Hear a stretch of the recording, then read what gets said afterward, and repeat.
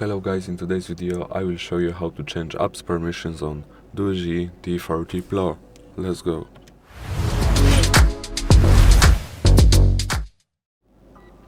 Okay guys, so all you need to do is you need to go to settings,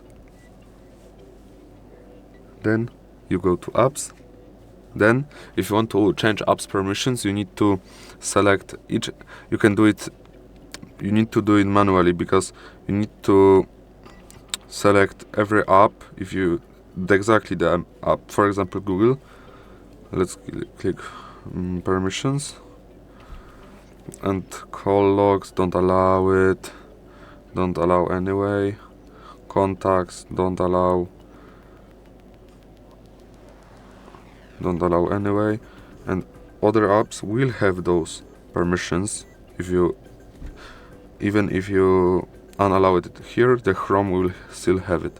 Okay, so that's how you do it. You need to enter each app separately to deny permissions or allow permissions in apps. Okay guys, thank you for watching, have a good day and goodbye.